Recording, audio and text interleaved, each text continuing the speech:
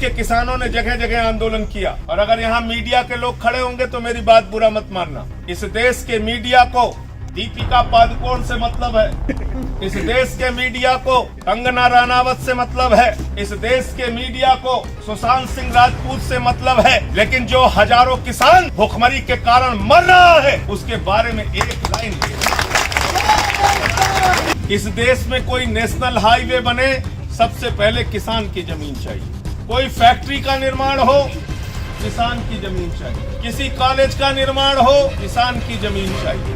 अस्पताल का निर्माण हो, किसान की जमीन चाहिए। देश में भूखमरी आए, किसान से अनाज चाहिए, लेकिन बदले में जब किसान को उसके जमीन का दाम देने की बात आती है तो मिलकर दलाली खाने का काम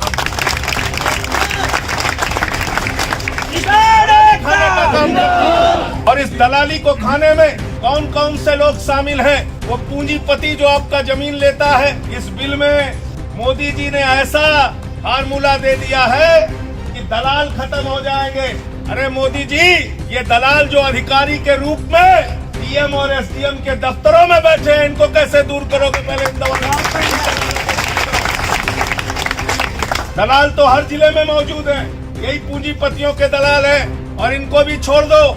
जो मंत्री बैठे हुए हैं, सरकार में जो नेता बैठे हुए हैं, जो ये पूंजीपतियों के दलाल हैं, इनकी दलाली कैसे दूर करोगे? इनको बिचौलिए से कैसे हटाओगे? बताओ।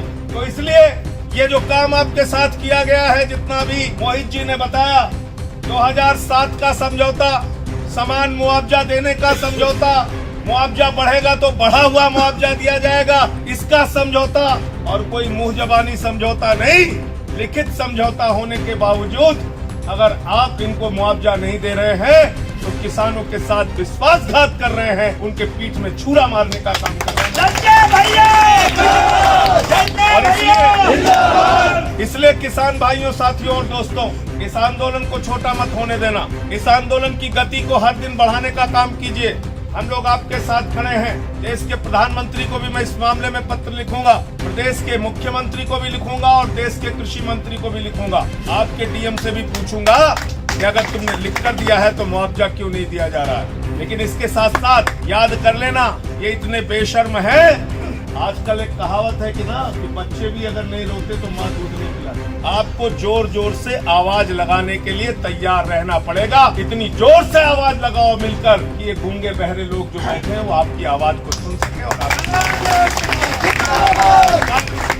पूरे देश के किसानों ने जगह जगह आंदोलन किया, और अगर यहाँ मीडिया के लोग खड़े होंगे तो मेरी बात बुरा मत मानना। इस देश के मीडिया को दीपिका पादुकोण से मतलब है, इस देश के मीडिया को कंगना रनावत से मतलब है, इस देश के मीडिया को सुशांत सिंह राजपूत से मतलब है, लेकिन जो हजारों किसान भूखमरी के कारण मर रहा है उसके बारे में एक लाइन।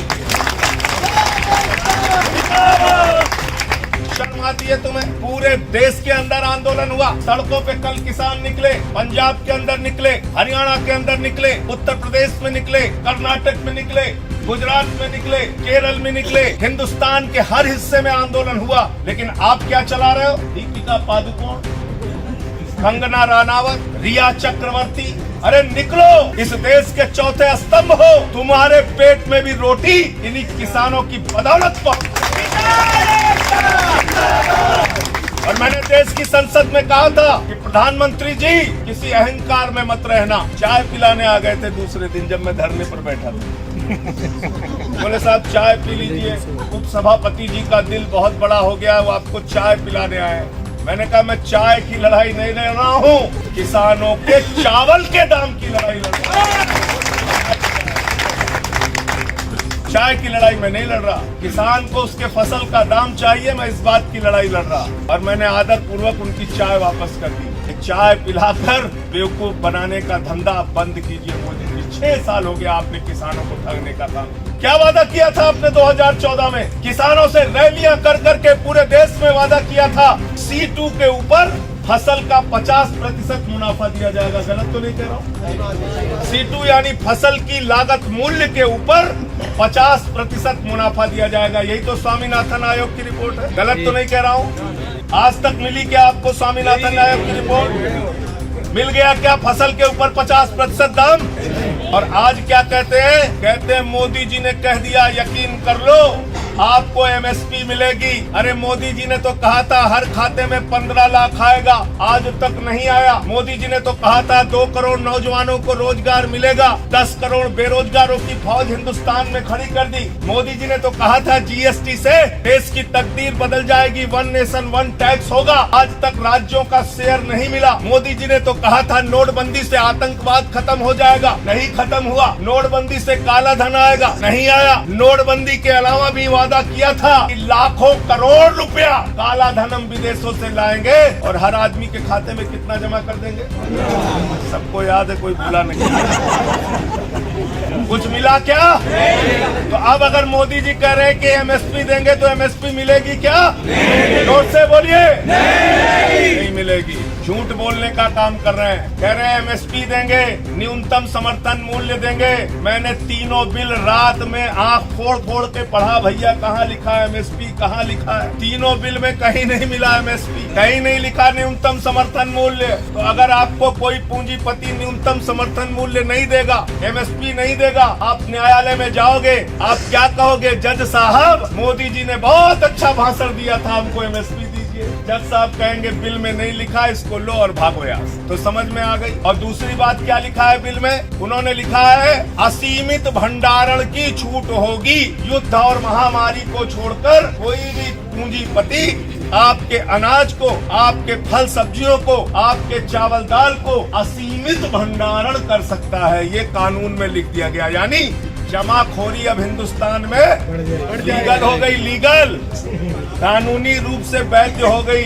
जमाखोरी इस देश के अंदर कानूनी रूप से वैध हो गई। अब कोई भी असीमित भंडारण कर सकता है। दूसरा क्या लिखा? दाम पर कोई कंट्रोल नहीं। अगर कम दाम दे देंगे तो आप लड़ नहीं सकते, ज्यादा दाम में देंगे तो भी आप नहीं लड़ सकते। यानी 20 रुपए किलो में चावल खरीदा जाएगा, अडानी अंबानी बड़े बड़े पूंजीपति उसको अपने स्टोर में रखेंगे और जब बाजार में चावल की, दाल की, गेहूं की कमी हो जाएगी तो वही चावल और दाल, गेहूं आपको 50 रुपए और 100 रुपए किलो में बेचा जाएगा। कालाबाजारी और महंगाई तीनों को बढ़ावा देने वाला ये बिल है। आज इस बिल की हकीकत जिसको समझ में नहीं आ रही है, याद रखना आने वाले दिनों में हिंदुस्तान के लोग खून के आंसू रोएंगे। इसलिए साथियों और दोस्तों, इस बिल का विरोध मैंने संसद में भी किया और सड़क पर भी कर रहा हूं, आगे भी करूंगा। साथ और सहयोग चाहिए, हम लोग मिलकर इसका।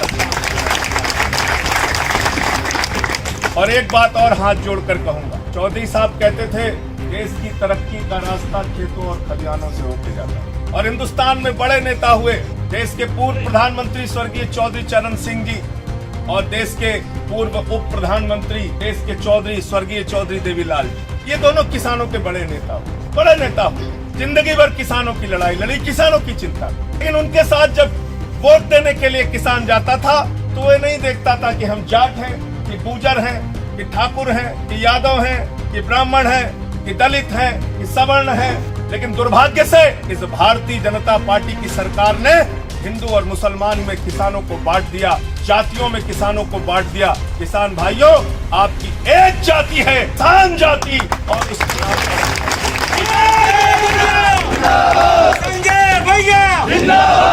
कोई अगला पिछड़ा दलित सवर्ण हिंदू मुसलमान नहीं, किसान हमारी जाति है। जो किसानों के हक में काम करेगा वो देश की सत्ता पर राज करेगा। किसानों के हक में काम नहीं करेगा उसका कालर पकड़ के हम सत्ता से नीचे फेंकने का काम करेंगे। इन्हीं शब्दों के साथ, इन्हीं बातों के साथ फिर से एक बार विश्वास दिलाते हुए कि आपकी इस लड़ाई में पूरी तरह से हम लोग आपके साथ हैं। हमारी पूरी टीम गाजियाबाद के साथ ही आपके आंदोलन में रहेंगे। इसको जहां पर राष्ट्रीय स्तर पे, प्रदेश के स्तर पे उठाने की जरूरत है, मैं हमेशा आपके साथ रहूंगा। बहुत बहुत शुक्रिया, बहुत बहुत धन्यवाद। किसान एकता, किसान एकता।